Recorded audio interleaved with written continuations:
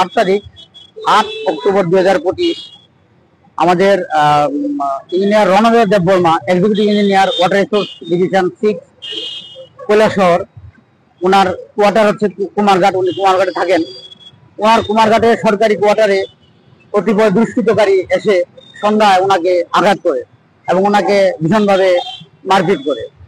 তো আমরা এর প্রতিবাদ জানিয়ে আজকে আমাদের মাননীয় ডিজিপি সাহেবকে আমরা এটা জানিয়েছি।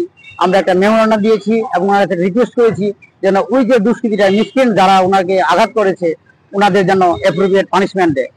সেই স্মারকলিপির আমরা দিয়েছি আমাদের রাজ্যের মাননীয় মুখ্যমন্ত্রীকে, উনি আমাদের পূর্তমন্ত্রীও, এবং আমরা দিয়েছি আমাদের রাজ্যের চিফ সেক্রেটারি মহোদয়কে, আমরা দিয়েছি আমাদের পূর্ত দপ্তরের সেক্রেটারি কিরণ কীর্তি সাহেবকেও।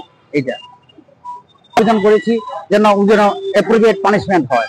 কারণ ত্রিপুরা রাজ্যে এখন শান্তিপূর্ণ বসবাস, আমাদের উন্নয়নের কাজ হচ্ছে ভালো, আমরা সমস্ত ইঞ্জিনিয়াররা মাঠে ঘাটে গিয়ে কাজ করছি। কিন্তু এরকম যদি অবস্থা হয় তাহলে আমরা মাঠে যেতে পারবো না, আমাদের ইঞ্জিনিয়াররা ভয় পাবে। কিন্তু আমাদের ডিজিপি সাহেব বলেছেন এটার অ্যাপ্রোপ্রিয়েট পানিশমেন্ট দেবেন, উনি অ্যাকশন নেবেন, তাহলে মনে হচ্ছে আমরা আবার কাজ করতে পারবো।